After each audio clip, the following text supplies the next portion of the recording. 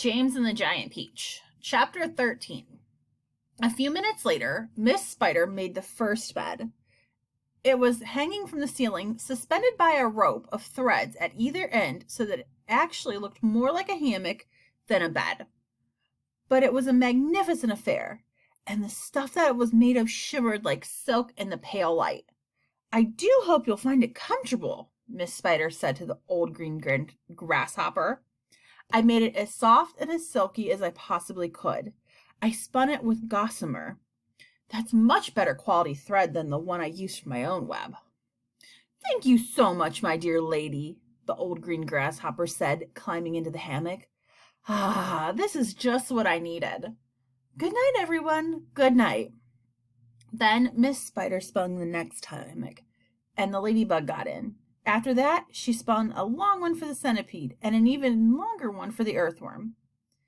"And how do you like your bed?" she said to James when it came to his turn. "Hard or soft?" "I like it soft, thank you very much," James answered. "For goodness sakes, stop staring around the room and get on with my boots," the centipede said. "You and I are never going to get any sleep at this rate. And kindly line them up in pairs as you take them off. Don't just throw them over your shoulder." James worked away frantically on the centipede's boots. Each one had laces that had to be untied and loosened before it could be pulled off. And to make matters worse, all the laces were tied up in the most complicated knots that had to be unpicked with fingernails. It was just awful. It took about 2 hours, and by the time James had pulled off the last boot of all, and had them all lined up in a row on the floor, 21 pairs altogether, the centipede was fast asleep. "Wake up, centipede," whispered James, giving him a gentle dig in the stomach. "It's time for bed." "Thank you, my dear child," the centipede said, opening his eyes. Then he got down off of the sofa and ambled across the room and crawled into his hammock. James got into his own hammock, and oh, how soft and comfortable it was compared to the hard bare boards that his aunts had always made him sleep upon at home. "Lights out," said the centipede drowsily. Nothing happened. "Turn out the light," he called, raising his voice. James glanced around the room, wondering which of the others he might be talking to, but they were all asleep. The old green grasshopper was snoring loudly and through his nose. The ladybug was making whistling noises as she breathed, and the earthworm was coiled up like a spring at one end of his hammock, wheezing and blowing through his open mouth.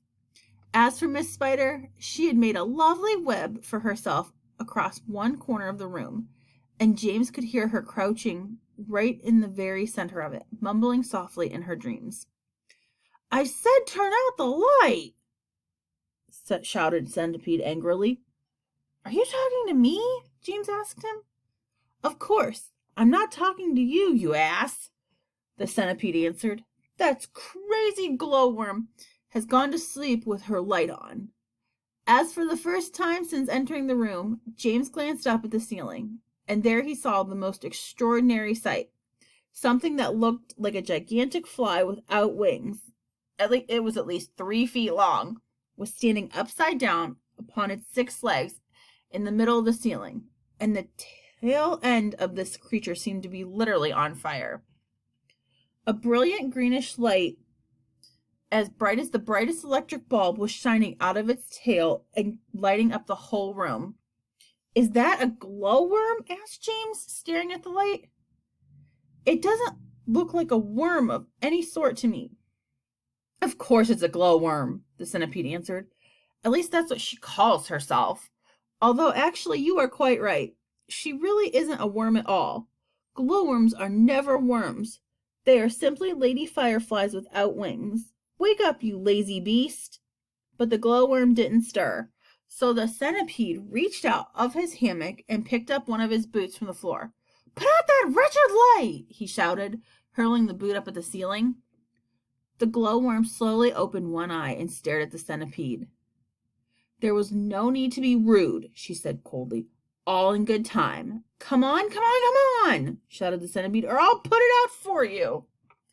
Oh, hello, James, the glowworm said, looking down, giving James a little wave and a smile. I didn't see you come in. Welcome, my dear boy, welcome, and good night.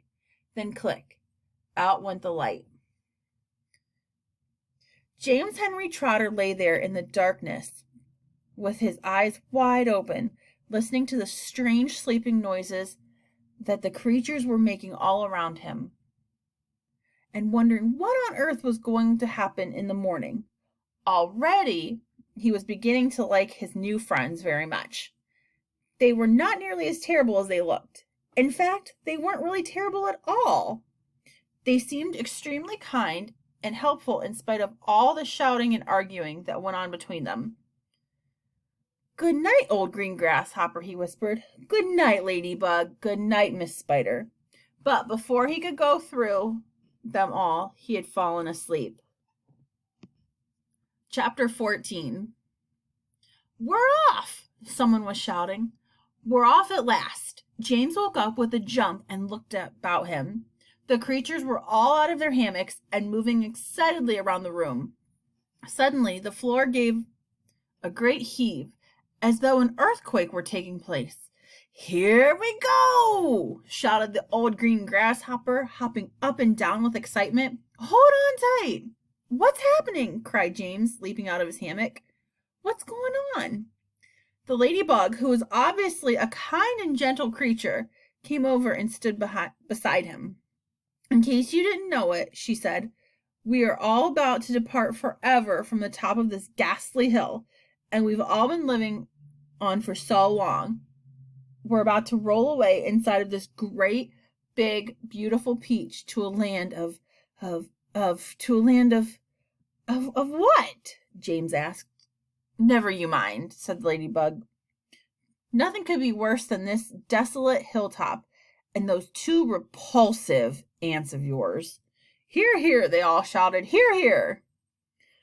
You may not have noticed it, the ladybug went on, but the whole garden, even before it reaches the steep edge of the hill, happens to be on a steep slope, and therefore the only thing that has been stopping this peach from rolling away from right from the beginning is the thick stem attaching it to the tree. Break the stem off and we go. Watch it, cried Miss Spider, as the room gave another violent lurch. Here we go. Not quite, not quite. At this moment, continuing Ladybug, our centipede, who has a pair of jaws as sharp as razors, is up there on top of the peach, nibbling away at that stem.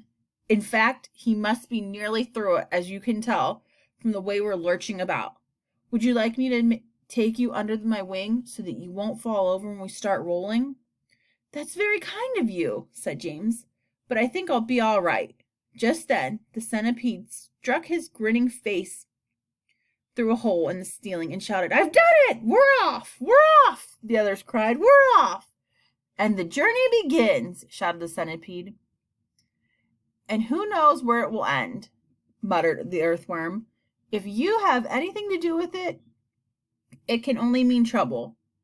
Nonsense, said the ladybug. Now here we are about to visit the most marvelous places and see the most wonderful things. Isn't that so, centipede? There is no knowing what we shall see, cried the centipede. We may see a creature with 49 heads who lives in the desolate snow, and whenever he catches a cold, which he dreads, he has 49 noses to blow. We may see the venomous pink-spotted scrunch who can chew up a man with just one bite. It likes to eat 5 of them roasted for lunch, and 18 for its supper at night. We may see a dragon, and nobody knows that we won't see a unicorn there. We may see a terrible monster with toes growing out of the tufts of his hair. We may see the sweet little bitty bright hen, so playful and so kind and well-bred, and such beautiful eggs, you just boil them and then they explode and they blow off of your head. And gnaw and Nerocious, sure you'll see that ginormous and ginormal gnat, whose sting when it stings you goes in at the knee and it comes out through the top of your hat. We may even get lost and be frozen by frost. We may die in an earthquake or tremor, or nastier still, we may even be tossed on the horns of furious dilemma. But who cares? Let us go from this horrible hill. Let us roll, let us bowl, let us plunge. Let's go rolling and bowling and spinning until we're away from old Spiker and Sponge.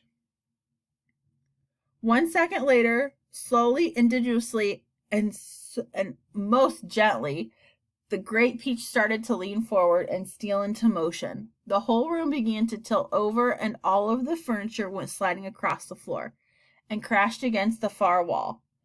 And so did James, and the ladybug, and the old green grasshopper, and the Miss Spider, and the earthworm, and also the centipede who had just come slithering quickly down the wall. Chapter 15. Outside the Garden. At that very moment, Aunt Sponge and Aunt Spiker had just taken their places at the front gate, each with a bunch of tickets in her hand, and the first stream of early morning sightseers was visible in the distance climbing up the hill to view the Peach. "We shall make a fortune today," Aunt Spiker was saying. "Just look at all those people. I wonder what became of that horrid little boy of ours last night," Aunt Sponge said. "He never did come back in, did he?" "He probably fell down in the dark and broke his leg," Aunt Spiker said. "Or his neck, maybe," Aunt Sponge said hopefully. "Just wait till you hear when I get my hands on him," Aunt Spiker said, waving her cane.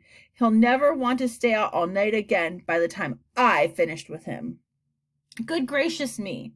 What's that awful noise?" Both women swung around to look. The noise, of course, had been caused by the giant Peach crashing through the fence that surrounded it. And now, gathering speed every second, it came rolling across the garden toward the place where Aunt Spiker and Aunt Sponge were standing.